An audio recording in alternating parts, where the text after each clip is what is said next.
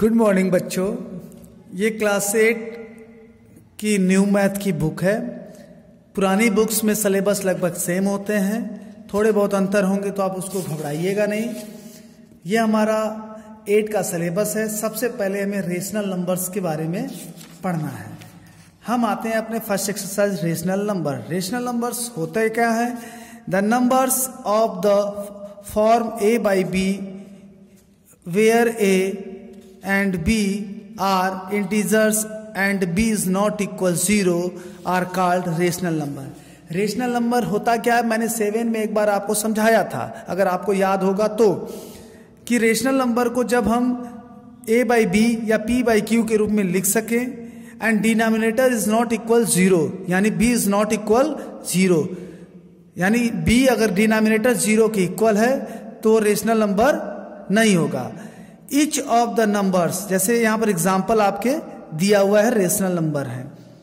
Positive rational number, positive rational number आप जानते ही हैं, जो साइन क्या हो, पॉजिटिव हो। लेकिन यहां पर a rational number is said to be positive if its numerator and denominator are either both positive और बोथ निगेटिव।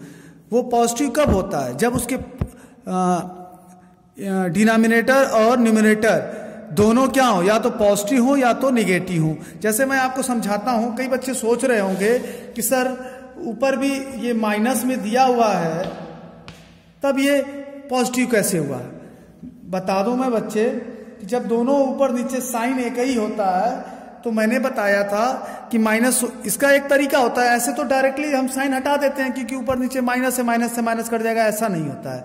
जैसे हम ऊपर नीचे -1 से मल्टीप्लाई कर सकते हैं, तो जब -1 से ऊपर नीचे मल्टीप्लाई करेंगे, मैथ में होता क्या है, क्वेश्चन सॉल्व करने के लिए हम कभी कभी अपने से भी चीजें बढ़ाते या घटाते हैं, लेकिन उस कंडीशन में कि जो बेस वैल्यू है वो कम ना हो। जैसे हम यहाँ -1 का ऊपर नीचे मल्टीप्लाई कर देंगे तो इससे वैल्यू में अंतर नहीं आएगा।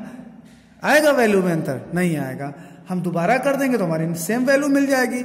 वैसे ही नॉर्मली जानिए, जब दोनों साइन होते हैं तो ये हट जाते हैं, तो ये पॉजिटिव में आ गया, ठीक है। या -1 का ऊपर नीचे मल्टीप्लाई कर देंगे तो वैसे भी साइन पॉजिटिव आ जाएगा। ये भी एक तरीका है।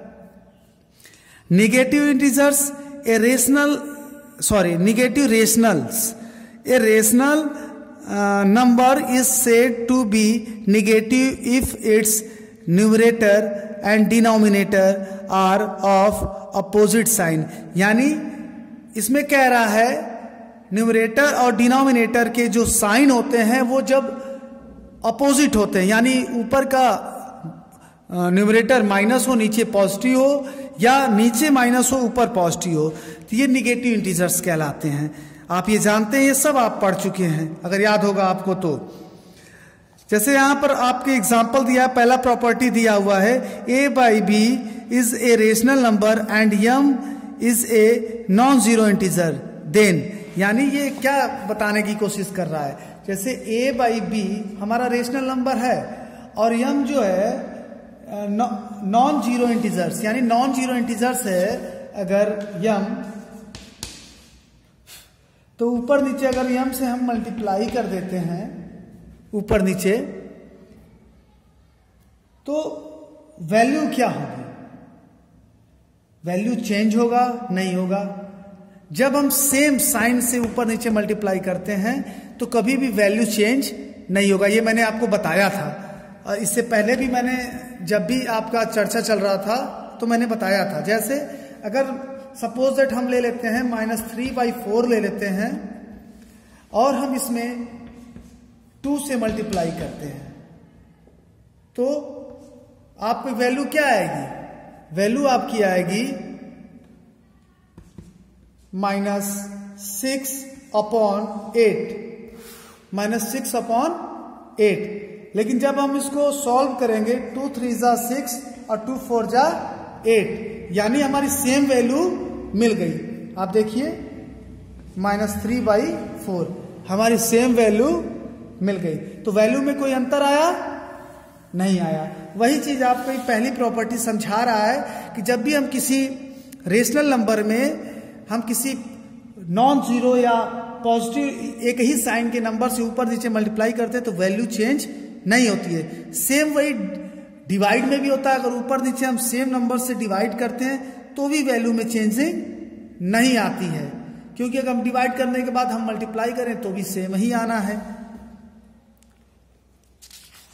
ऐसे आपको मैं एग्जाम्पल के पिक्चर्स क्लिक कर दूंगा और कुछ क्वेश्चंस के आपको होमवर्क में करना है और उसको भेजना है।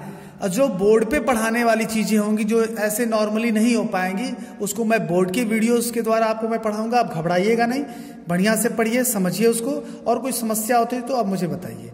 Thank you.